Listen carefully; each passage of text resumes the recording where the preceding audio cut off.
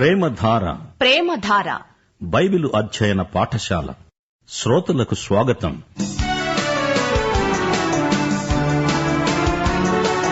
విశ్వాసి జీవితం వాక్యానుసార జీవనం, విశ్వాసి ప్రవర్తన నిష్పక్షపాత విధానం, విశ్వాసి నడవడి క్రియాశీలక నమ్మకం, విశ్వాసి పలుకులు మధురాత్మక ప్రబోధం, విశ్వాసి పలుకులు మధురాత్మక ప్రబోధం. అదే యాకోబు వ్రాసిన పత్రిక, క్రైస్తవ విశ్వాస జీవిత పరమార్థిక. శ్రోతలు, నేటి పాఠం యాకోబు పత్రిక 3వ అధ్యాయం 13 నుండి 19వ వచనం వరకు సావధానంగా వినండి. మీలో జ్ఞాన వివేకములు గలవాడు ఎవడు? వాడు జ్ఞానముతో కూడిన సాత్వికము గలవాడై తన యోగ్య ప్రవర్తన వలన తన క్రియలను కనపరచాలి. అయితే మీ హృదయములలో సహింపనలవి కాని మత్సరము, వివాదము ఉంచుకున్నవారైతే అతిశయపడవద్దు, సత్యమునకు విరోధముగా అబద్ధమాడవద్దు. ఈ జ్ఞానము పైనుండి దిగివచ్చునది కాక భూసంబంధమైనది, దయ్యముల జ్ఞానము వంటిది అయి ఉన్నది. ఏలయనగా మత్సరమును వివాదమును ఎక్కడ ఉంటాయో అక్కడ అల్లరి, ప్రతి నీచ కార్యము ఉంటాయి. అయితే పైనుండి వచ్చే జ్ఞానము మొట్టమొదట పవిత్రమైనది, తరువాత సమాధానకరమైనది, మృదువైనది, సులభముగా లోబడేది, కనికరముతో మంచి ఫలములతో నిండుకొనినది, పక్షపాతమైన వేషధారణ అయినా లేనిది. నీతి ఫలము సమాధానము చేసేవారికి సమాధానమందే విత్తబడుతుంది. శ్రోతలు, నాలుకను గురించి సుదీర్ఘమైన పాఠం మనం నేర్చుకున్నాము. జ్ఞాన వివేకములు గల విశ్వాసి సాత్వికుడు, యోగ్యుడు. అతని విశ్వాసం వాచా విశ్వాసం మాత్రం కాదు, క్రియా విశ్వాసం కూడా. విశ్వాసి నాలుక జ్ఞానాన్ని మాట్లాడుతుంది, అట్టి జ్ఞానం అతని క్రియలలో కానవస్తుంది. మత్సరం, వివాదం హృదయంలో ఉండకూడదు. సత్యానికి విరుద్ధంగా నాలుక అబద్ధమాడకూడదు. మత్సరం, వివాదం అనే ఈ రెండు విశ్వాస ఫలాలు కావు. నాలుక మత్సరాన్ని, వివాదాన్ని వ్యక్తం చేస్తుందేమో పసికట్టి చూడు. అవివేకి అయిన విశ్వాసి నాలుక, వివేకి అయిన విశ్వాసి నాలుక, ఈ రెండిటి మధ్య ఎంతో భేదం ఉంది. ఈ నాలుక ప్రజలలో నిన్ను గురించి అపోహలు కలిగిస్తుంది. అసలు నీవు దేవుని బిడ్డవేనా? మరి నీ నాలుక పలుకులు ఇలా ఉన్నాయేమిటి అని అడుగుతారు. వారంలో 6 రోజులు చెడ్డ మాటలంటూ ఆదివారం నాడు భక్తి మాటలు ఏకరువు పెట్టేవాడు అవివేకి, అజ్ఞాని. వారమంతా అశ్లీలాలు, అసభ్యకరమైన పదజాలంతో హాస్యోక్తులు, సరసాలు మాట్లాడుతూ నేను సంఘంలో ఆదివారపు బడి నడుపుతున్నాను అనే విశ్వాసి ఎలాంటివాడు? యేసు ప్రేమను గురించిన పాటలు కూడా 6 డజను దాకా నీకు వచ్చు, బాగా పాడతావు. కాని ఏమి ప్రయోజనం? నీ నాలుక అటూ ఇటూ 2 వైపులా 2 రకాలుగా మాట్లాడితే మత్సరం, వివాదం పుట్టుకొస్తాయి. సత్యానికి విరోధంగా మాట్లాడవద్దు. నీ నాలుక పదునయింది అని అతిశయమా? కాదు కాదు. అలాంటి నాలుకను బట్టి నువ్వు సిగ్గుపడాలి. అబద్ధాలాడే నాలుక ప్రభువును ఎరగదు, ఎరగనట్లే మాట్లాడుతుంది. మత్సరము, వివాదము దేవుని నుండి వచ్చినవి కావు. ఇవి భూసంబంధమైనవి, ప్రకృతి సంబంధమైనవి. ఇది దయ్యాల జ్ఞానం, దేవుని జ్ఞానం కాదు. తెలివి అంటుంది, నాకెంతో తెలుసు, అదే నా అతిశయం. జ్ఞానం అంటుంది, నాకు తెలిసింది చాలా తక్కువ, తెలుసుకోవలసింది ఎంతో ఉంది. మత్సరము, వివాదంతో మొదలై అది అల్లరికి, ప్రతి నీచ కార్యానికి నడిపిస్తుంది. దేవుడు అల్లరికి కర్త కాడు. లోకంలో చెలరేగే అల్లరికి కర్త సైతాను. అపవాది అనే సైతాను మనిషి నాలుకను వాడుకొని అల్లరిని సృష్టిస్తాడు. లౌకిక ప్రవృత్తి అంతా అల్లరే, అదంతా గందరగోళం. దీని వివరణ 4వ అధ్యాయంలో ఉంది. పైనుండి వచ్చే జ్ఞానం పవిత్రమైనది, కల్తీ లేని జ్ఞానం, స్వచ్ఛమైనది. ఇది దేవుని జ్ఞానం.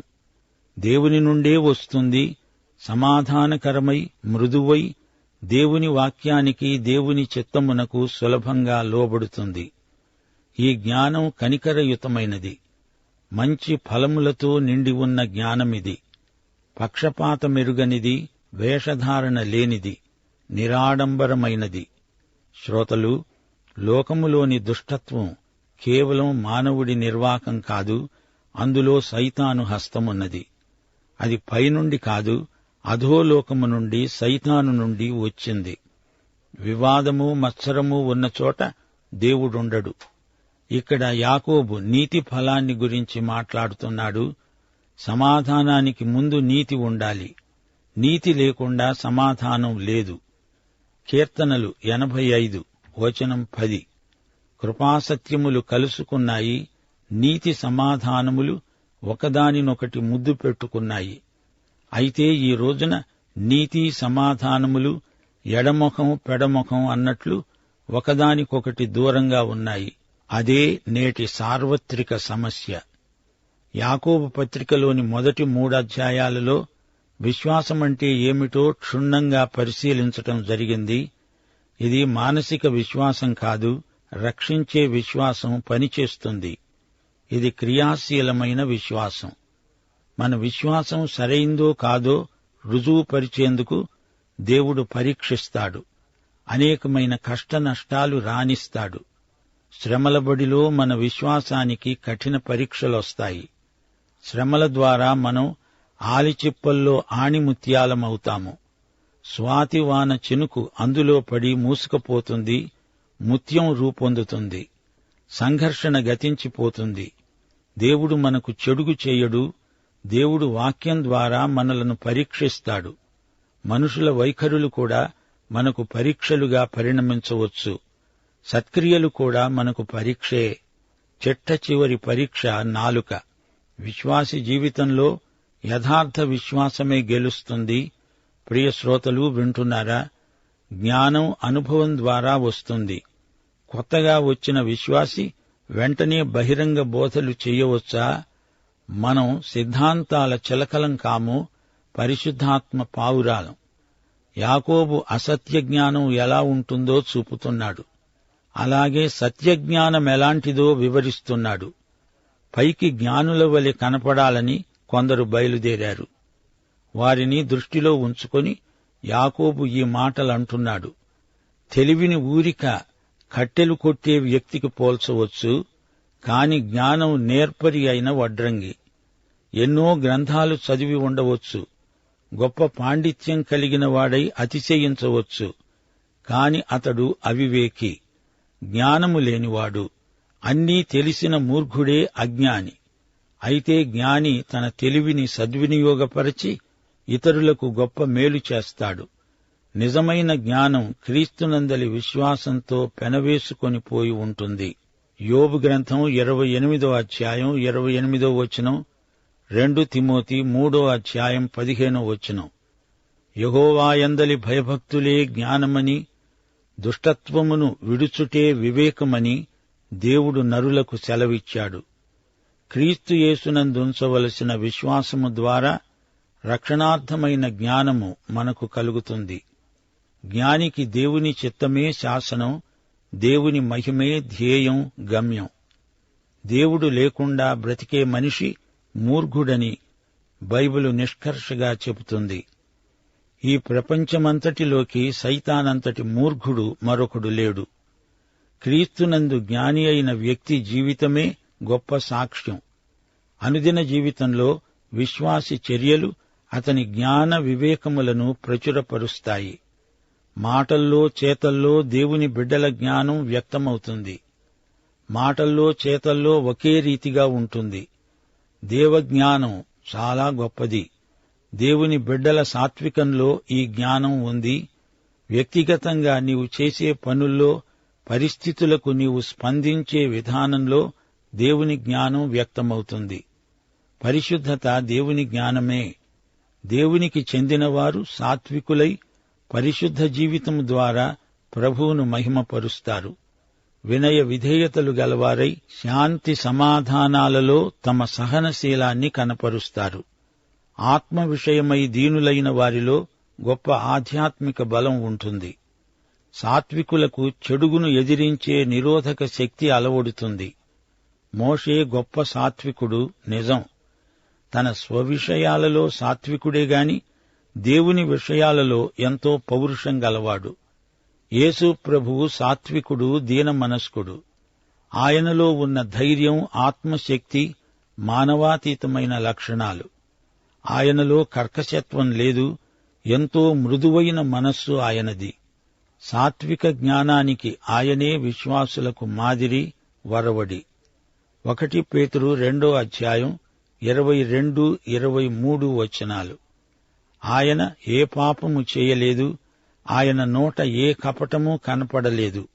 ఆయన దూషించబడి బదులు దూషించలేదు, శ్రమ పెట్టబడి బెదిరించక న్యాయముగా తీర్పు తీర్చే దేవునికి తనను తాను అప్పగించుకున్నాడు. ఆయన మహాసాత్వికుడు. మత్తయి సువార్త 27:12-14 వచనం వరకు. ప్రధాన యాజకులు, పెద్దలు ఆయన మీద నేరము మోపినప్పుడు ఆయన ప్రత్యుత్తరమేమీ ఇయ్యలేదు. కాబట్టి పిలాతు అన్నాడు, నీ మీద వీరెన్ని నేరములు మోపుతున్నారో నీవు వినలేదా? అయితే ఆయన ఒక్క మాటకైనా అతనికి ఉత్తరమివ్వలేదు. గనుక అధిపతి మిక్కిలి ఆశ్చర్యపడ్డాడు. మత్సరము, వివాదము కలిగించే మాట ఏది ఆయన నోట వెలువడలేదు. కొందరి జ్ఞానం దయ్యముల జ్ఞానం వంటిదని యాకోబు చెబుతున్నాడు. వారిలో ఆసక్తి అంతా స్వార్థకేంద్రితం. వారిలో చేదువేరు ఏదో ఉంది. వారి హృదయాల నిండా మత్సరం ఉంది. విభేదాలు కల్పించే మాటలు, వివాదాలను రెచ్చగొట్టే మాటలు. ఇది పైనుండి వచ్చిన జ్ఞానం కాదు. వారు సత్యాన్ని కాదు, తమను తామే సమర్థించుకోవడానికి మాట్లాడతారు. సువార్త పక్షాన అప్పుడప్పుడు మనము వాదిస్తాము, కాని వివాదం కోసం కాదు. అందరితో పోట్లాడి తన మాట నెగ్గించుకోవాలనే పట్టుదలతో కాక, దేవుని మహిమార్థమై వాక్యమును ప్రకటించే ఉద్దేశ్యంతో సమాధానపూర్వకంగా మాట్లాడాలి. సిద్ధాంతాల కోసం లేదా వ్యక్తిగత మనస్పర్ధలను పురస్కరించుకొని మాట్లాడడం మంచిది కాదు. అందుకే యాకోబు భక్తుడు హెచ్చరిక చేస్తున్నాడు, సత్యమునకు విరోధముగా అబద్ధమాడవద్దు. ఇట్టి అధోముఖమైన జ్ఞానం భూసంబంధమైనది. దేవుని జ్ఞానం పరలోక సంబంధమైనది, పైనుండి వచ్చేది. ప్రతి మంచి ఈవి పరసంబంధమైనది, జ్యోతిర్మయుడైన దేవుని నుండే వస్తుంది గాని ఈ కృత్రిమ జ్ఞానం కింది నుండి వస్తుంది. ఇహలోక విషయాలనే మనస్కరిస్తుంది. లౌకికం, లౌక్యం వారి మాటలలో ఉట్టిపడతాయి. ప్రకృతి సంబంధమైనది మానసిక జ్ఞానం, ఇది ఆధ్యాత్మికం కాదు. స్వయం కృషితో వారు సంపాదించిన తెలివితేటలు, శక్తియుక్తులు మానవుని భ్రష్ట స్వభావం చేత ప్రభావితమైన జ్ఞానమిది. వీరికి హృదయశుద్ధి లేదు, శరీరానుసారమైన మనస్సు గలవారు. మానవుని మనస్సు దేవుని ఆత్మకు వశమైతేనే కాని అది పవిత్రం కాదు. శరీర కార్యాలు వారి మాటల్లో, చేతల్లో స్పష్టంగా కానవస్తాయి. వారిది దయ్యాల తెలివి, దానికి మూలం సైతాను. మత్సరం హృదయంలో ఉంది గనుక నాలుక నరకపు చిచ్చును వెళ్లగక్కుతుంది. ఈ జ్ఞానం వల్ల మనిషి సగం మృగం, సగం దయ్యం అవుతాడు. ఇక్కడ శత్రుత్రయం మనకు కనిపిస్తోంది. ఇహలోక జ్ఞానం ఈ లోకంలోనిదే, ప్రకృతి సంబంధ జ్ఞానం శరీరంలోనిది, దయ్యపు జ్ఞానం సైతానుది. లోకం, శరీరం, సైతాను కలిసి ఉత్పత్తి చేసే జ్ఞానం ప్రమాదకరమైనది. అందుకే విశ్వాసులు ఎడతెగక ప్రార్థించాలి, ప్రభువా, శోధనలోకి రాకుండా దుష్టుడి నుండి మమ్ములను తప్పించు. శ్రోతలు గుర్తించండి, మత్సరము, వివాదము ఉన్న చోట అల్లరి, పలు విధాల నీచ కార్యాలు పెచ్చరిల్లుతాయి. కుటుంబాలలో, సంఘాలలో కూడా ఇలాంటి దుర్ఘటనలు అడపాదడపా సంభవిస్తూనే ఉన్నాయి. గోధుమల మధ్య సైతాను గురుగులు నాటుతాడు. ఇది సైతానీయమైన విషాముష్టి పంట. గుండె కోత, విషాదాంతము అయిన సాక్ష్యాలు ఎన్నో వింటున్నాము. మత్సరము, వివాదము మాని దేవుని పరిశుద్ధ జ్ఞానమును ఆశిద్దాము. ఈ దివ్య జ్ఞానము యొక్క పరాకాష్ఠ సాత్వికము, దీన మనస్సు. 17-18 వచనాలలో పైనుండి వచ్చే జ్ఞానం ఎలాంటిదో చూపబడింది. పైనుండి వచ్చే జ్ఞానం ముఖ్యంగా పరిశుద్ధం, శాంతికరం, మృదువైనది, అణకువగలది, జాలితో మంచి ఫలాలతో నిండినది, పక్షపాతముగాని కల్లా కపటముగాని లేనిది. సమాధానం చేకూర్చేవారు సమాధానంతో విత్తిన దానివల్ల నీతి న్యాయాలు ఫలిస్తాయి. ఇది పైనుండి వచ్చే జ్ఞానం. స్వయం సంస్కృతి కాదిది. ఇది అతీతమైనది, కృపాసహితమైనది. ఇది దేవుని వరం. ఇది శ్రేష్టమైనది, సంపూర్ణమైనది. ఈ జ్ఞానమందు 7 ముఖ్య లక్షణాలున్నాయి. 7 సంపూర్ణతను సూచించే అంకె. క్రైస్తవ సౌశీల్యమందు మేఘధనుస్సులాగా 7 రంగులున్నాయి. నీతి సూర్యుడైన యేసుక్రీస్తు యొక్క కిరణాలు క్రైస్తవ సౌశీల్యంలో ప్రసరిస్తాయి. 1. నిజమైన జ్ఞానం పవిత్రం, అనగా స్వచ్ఛమై కల్తీ లేని పరిశుద్ధ లక్షణం. పైనుండి వచ్చే ఈ పరిశుద్ధత దేవుని బిడ్డల ప్రత్యేకత. ఈ పరిశుద్ధత నీతిలో నుండి వచ్చింది. ఈ జ్ఞానం నిన్ను నీవు కాపాడుకోటానికి, లోకమాలిన్యము అంటకుండా జాగ్రత్త పడడానికి సహాయపడుతుంది. శారీరక భౌతిక కల్మషము నుండి నిన్ను నీవు ప్రత్యేకంగా ఉంచుకోవడానికి తోడ్పడుతుంది. క్రీస్తు రక్తశుద్ధి మనకు కావాలి. పరిశుద్ధాత్మ మనలో జీవిస్తూ మనకు పరిశుద్ధత అనుభూతి కలిగిస్తాడు. 2. సమాధానం. పరిశుద్ధత గలవారికి సమాధానం అలవడుతుంది. వివాదాల జోలికి పోకుండా శాంతి సమాధానాలను కోరే మనస్సు మనకు కలుగుతుంది. సాధుశీలం ప్రాప్తిస్తుంది. 3. మృదుత్వం. 4. అణకువ. 5. కనికరం. 6. పక్షపాతరహితం. 7. వేషధారణ లేనిది. 2 బిందువులను కలపాలంటే సరళ రేఖే సరైన దారి. యేసు సౌశీల్యం మన శీలాన్ని కలుసుకుంటోంది. భూసంబంధమైన జ్ఞానంలో కలవరం ఉంది. చివరికి అది ఎంత నీచానికైనా దిగిపోతుంది. అయితే పరలోక జ్ఞానం నీతిలో వేరూని ఉంటుంది. సమాధానంలో ఈ జ్ఞానం ఏపుగా ఎదుగుతుంది. విత్తనం అంటే దేవుని వాక్యమే. సమాధానపరిచేవారు ఆధ్యాత్మిక కర్షకులు. ఆశాభావంతో విత్తనాలు వేస్తాడు. నీతి ఫలిస్తుంది. నీతిమంతులకు నీతి ఫలం దక్కుతుంది. పరలోక జ్ఞానానికి పరలోకమే బహుమానం. ప్రియ శ్రోతలు, యేసు ప్రభువు కొండమీద చేసిన ప్రసంగంలో ధన్యతలు ఎంతో ముఖ్యమైనవి. ఎవరు ధన్యులు?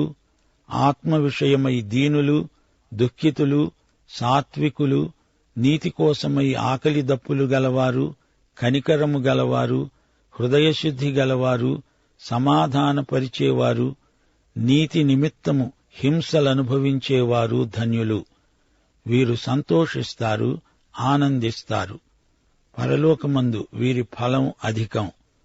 అపొస్తలుడైన పౌలు 1 కొరింథీ 13వ అధ్యాయంలో ప్రేమ ప్రసంగం చేశాడు. ప్రేమ లేనివాడు వ్యర్థుడు. ప్రేమలో మత్సరం ఉండదు. ప్రేమ నిరాడంబరమైనది. ప్రేమ గర్వించదు, అసభ్యంగా ప్రవర్తించదు. ప్రేమ నిస్వార్థమైనది. ప్రేమ ఉపకారమే చేస్తుంది. ప్రేమ సత్యమందు ఆనందిస్తుంది. ప్రేమ శాశ్వతమైనది. ప్రేమ అన్నిటినీ కప్పివేస్తుంది. ఈ సత్య జ్ఞానం శ్రేష్టమైనది, ఆకర్షణీయమైనది. దేవుడే ఇట్టి జ్ఞానం మనకు దయచేయగలడు. యేసుక్రీస్తే మనకు సర్వతోముఖమైన సౌశీల్యానికి పరిపూర్ణమైన మాదిరి.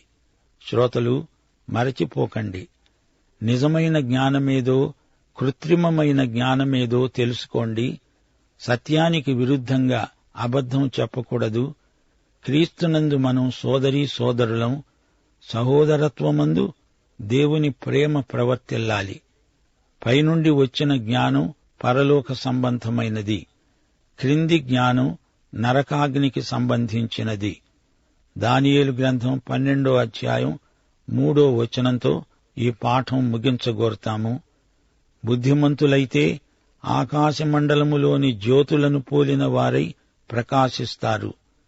నీతి మార్గముననుసరించి నడుచుకొనున్నట్లు ఎవరు అనేకులను త్రిప్పుతారో వారు నక్షత్రముల వలె నిరంతరము ప్రకాశిస్తారు. పాఠం ఇంతటితో సమాప్తం. ప్రభువైన యేసుక్రీస్తు వారి కృప, తండ్రి అయిన దేవుని ప్రేమ, పరిశుద్ధాత్మ యొక్క అన్యోన్య సహవాసము మనకందరికీ సదాకాలము తోడై ఉండునుగాక. ఆమేన్.